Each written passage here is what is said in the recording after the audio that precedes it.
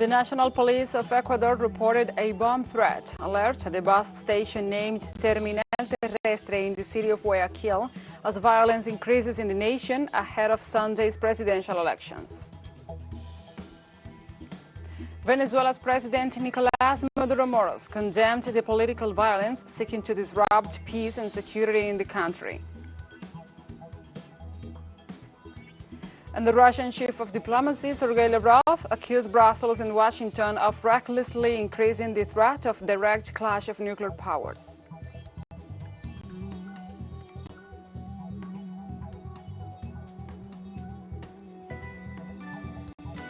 Hello from the headquarters of TeleSUR English in Havana, Cuba. This is From the South.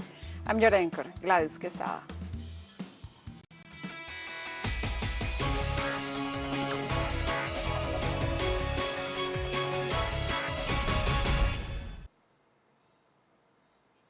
And now we begin with the news. This Monday in Guatemala, the departments of Huehuetenango, Izabal, and Totonicapán received the electoral boxes for the second runoff election scheduled for August 20th.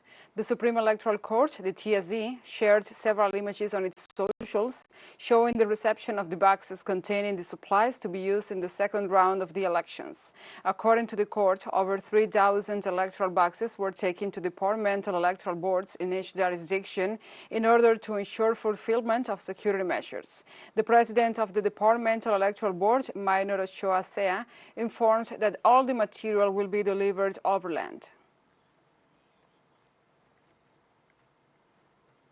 On Tuesday morning, the National Police of Ecuador reported that a bomb threat alert at the bus station named Terminal Terrestre in the city of Guayaquil, the capital of the province of Guayas. The police reported the discovery of a suspected explosive device outside the terminal, and specialized units of the police are in place conducting the respective procedures. A week ago, there was also a similar alert when a suspicious suitcase was found on one of the platforms of the terminal, but the threat was later discarded. Guayaquil went from 50th place in 2021 to the 24th in 2022 in the ranking of the most violent cities in the world, published last February by the Citizen Council for Public Safety and Criminal Justice of Mexico. And we stay on the topic. Started this Tuesday, several universities in the city of Guayaquil, southwest Ecuador, suspended on-site activities due to the criminal violence affecting the country. The assassination of a presidential candidate and the arrest of a criminal leader for his alleged involvement in the crime has forced several universities to return to virtual classes. Following the seizure of the city by numerous motorized vehicles and the demonstration of force by the of a violent prison, demanding the release of the leader of the gang known as the Choneros, the University of Guayaquil, the Catholic University, and the Littoral Polytechnic University decided to take the measure as a way of protecting the lives of the students and all their personnel. In other topics, on Monday, from the southwest of the country, the president of Colombia, Gustavo Petro, asked the dissidents of the FARC for a cessation of hostilities rather than a ceasefire.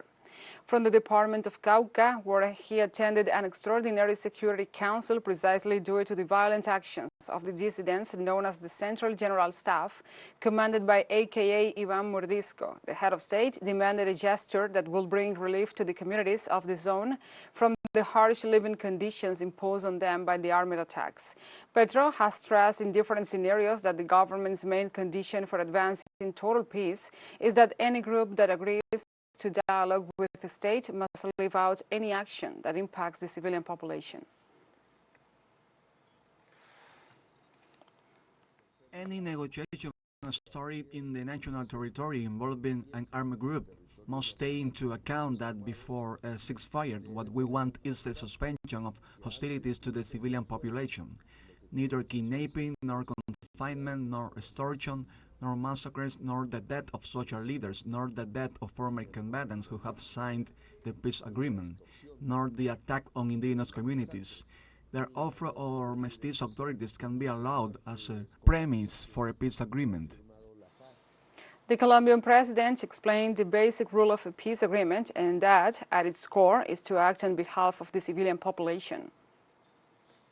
This agreement is basically to end hostility with the civilian population in the first place, and secondly, to accept the transition from illicit to licit economies. In Venezuela, President Nicolas Maduro condemned the political violence seeking to disrupt the peace and security in the country.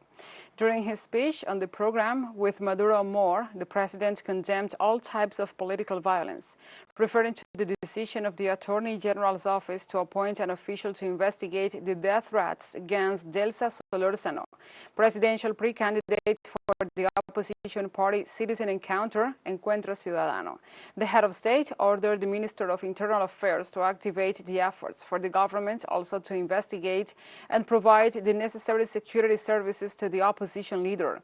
Likewise, Maduro condemned the attacks on Western media, which want to establish fascism in the country by means of lies, manipulation, and violence. On Tuesday, a blackout affected Brazil's federal district and 25 of the 26 states of the South American giant. Roraima, in the extreme north of the country, was the only state not affected by the blackout. The Ministry of Mines and Energy reported that the blackout occurred at 8:31 a.m. local time. At first, it indicated that the National Systems Operators Database registered an interruption of 16,000 megawatts of load in states in the north and northeast of Brazil. Later, it pointed out that the southeastern states were also affected, detailing that the interruption was caused by the opening of the north-southeast interconnection. The causes of this event are still under investigation. At 9:16 local time, power was restored in all the affected regions.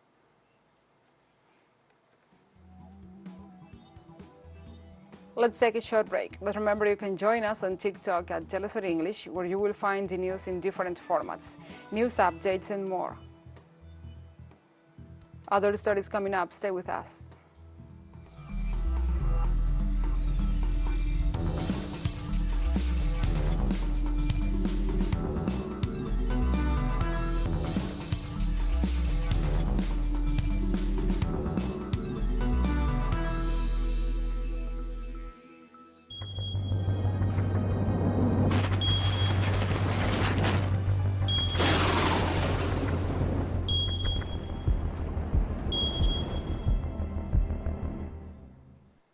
Welcome back.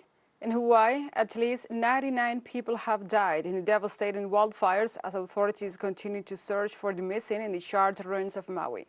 Police will begin releasing the names of those who died in the wildfire that ravaged the Lahaina area.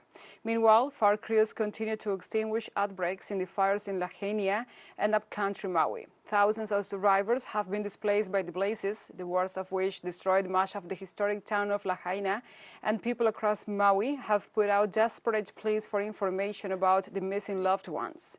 Hawaii Governor Josh Green warned at a news conference that search and recovery operations are likely to turn up more remains on the west side of the island, as he regrets not having had more sirens to warn and protect the locals.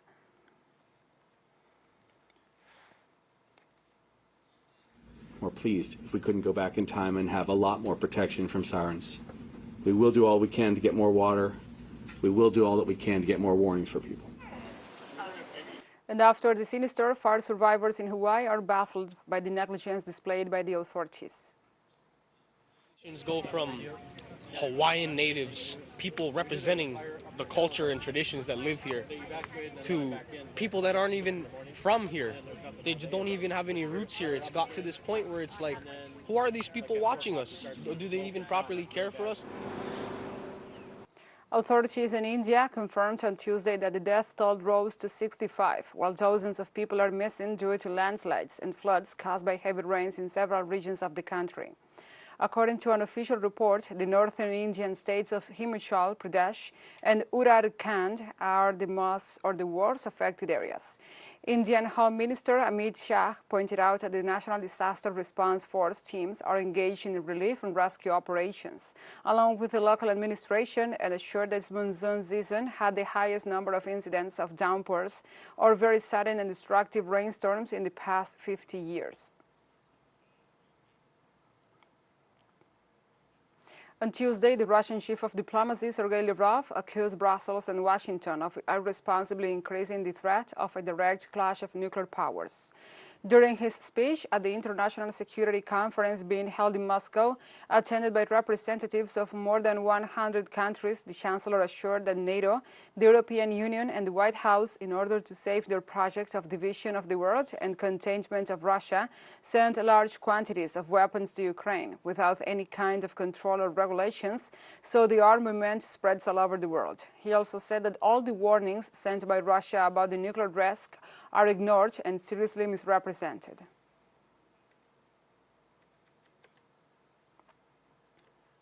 For his part, Belarusian Defense Minister Viktor Krenin warned of the possibility of a direct military confrontation with NATO in the near future.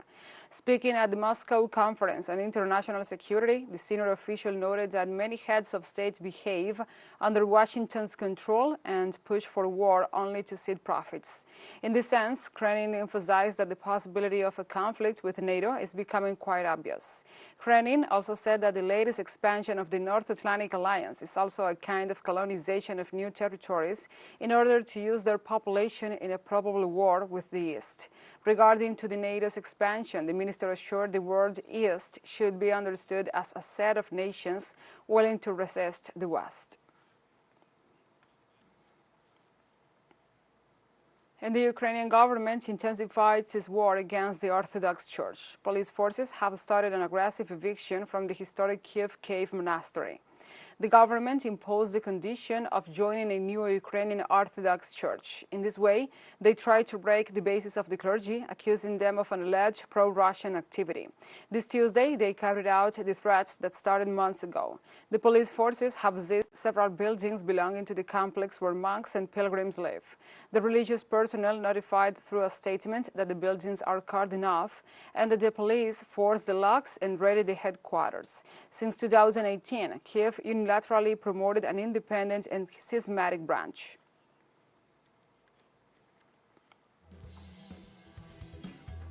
And we have a second short break coming up. Don't go away.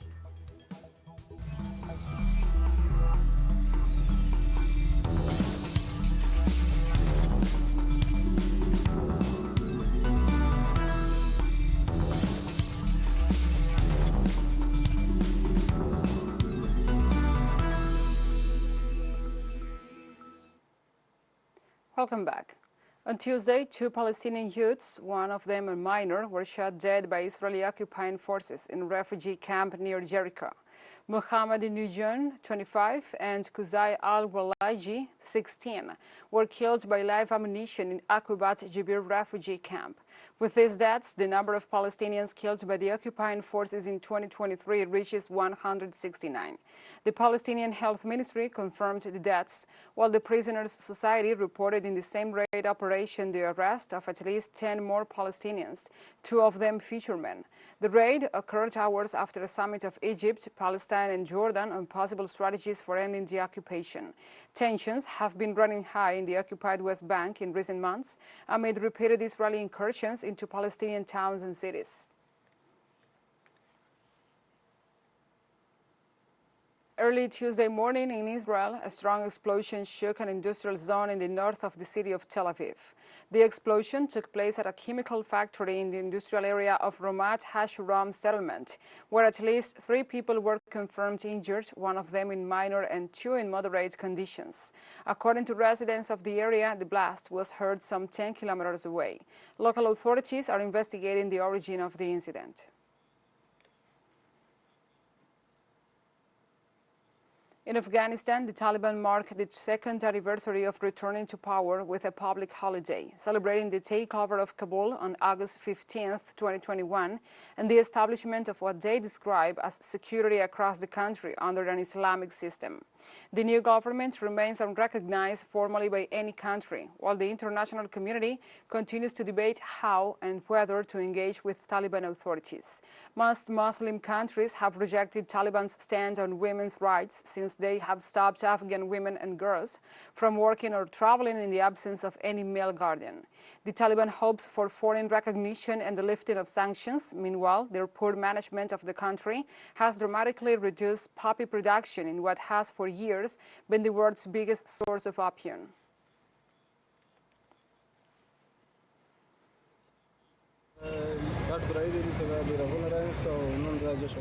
And marking the date in a very different fashion, Afghan women in the Pakistani capital Islamabad staged protests against the Taliban rule in Afghanistan on the second anniversary of the group's return to power.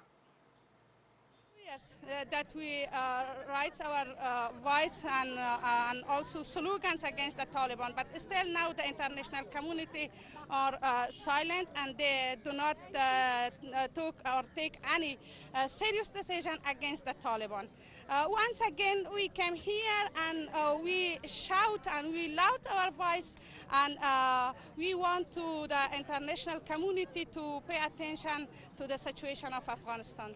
In this context, China outcried the U.S. counterterrorism efforts in Afghanistan as a complete failure, stressing that military interventions are futile if the aim is to bring up democracy.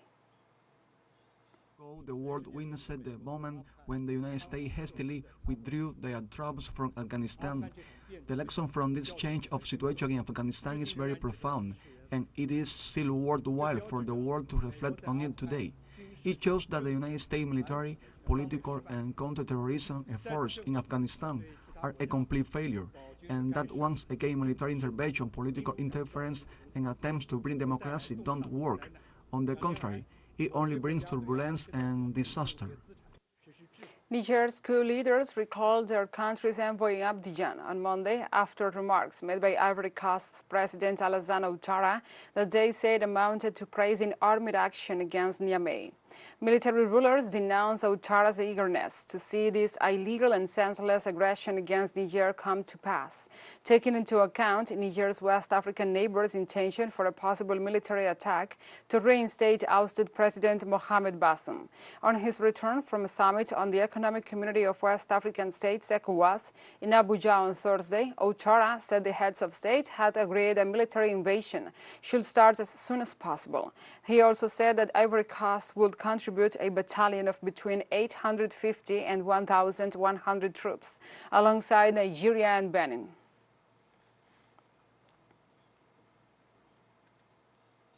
Remarks made by His Excellency Alassane Ouattara, President of Ivory Coast, relaying and taking on board with notorious aggressiveness the conclusion of the extraordinary summit of ECOWAS on August 10, 2023, concerning measures and sanctions against Niger and its people. These sanctions, which are both iniquitous and illegal, and whose hastiness attests to the manipulation orchestrated by certain foreign powers for an unavowed agenda, are far from weakening the determination of the people of Niger to bring about the change necessary for the country's recovery and the safeguarding of its people's interests. Nigerian military authorities confirmed that the number of military personnel killed after a terrorist ambush rose to 26. The events took place in the town of Abalak in the center-south of the country last Sunday. Initially, there were 7 dead and 8 wounded, but on Tuesday, an Air Force spokesperson, after reporting the crash of the support helicopter, updated the death figure to 26. Officials stationed in the Tahua region reported that the extremists also suffered numerous casualties. Without specifying the number, nor did they provide details of the helicopter crash, except that it landed in an area controlled by the terrorists. On Tuesday, Ethiopia's lower house voted in favor of the state of emergency declared by the federal government over violence in the Amhara region. Clashes between members of the Ethiopian army and a local militia known as Fano erupted earlier in the month in towns and cities across Amhara after months of tensions. Prime Minister Abiy Ahmed's government imposed a 6-month state of emergency across Amhara on August the 4th, and several cities remain under curfew, although violence eased late last week. The unrest revived fears about the stability of Africa's second most populous country, 7 months after a peace deal ended a brutal 2-year conflict in the neighboring region of Tigray. The government of Kenya announced on Tuesday that it has reinstated a small subsidy to stabilize retail fuel prices for the next 30 days. After taking office in September, President William Ruto abolished fuel and maize meal subsidies put in place by his predecessor, saying he preferred to subsidize production rather than consumption. The move was also aimed at cutting government spending. Opposition leader Raila Odinga has led multiple mobilizations against the high cost of living and blamed the government's economic policies. The Petroleum and Energy Regulatory Authority announced on Monday that the maximum retail price of a liter of oil will remain constant at $1.35, protecting consumers from a 0.05 increase, which the government assumed through a price stabilization fund.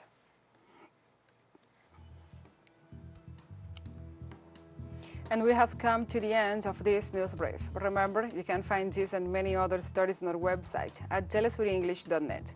And also, if you feel so inclined, please join us on social media for all the latest news. We are on Facebook, Twitter, Instagram, Telegram, and TikTok. For TeleSUR English, I'm your anchor, Gladys Quesada. Thank you for watching.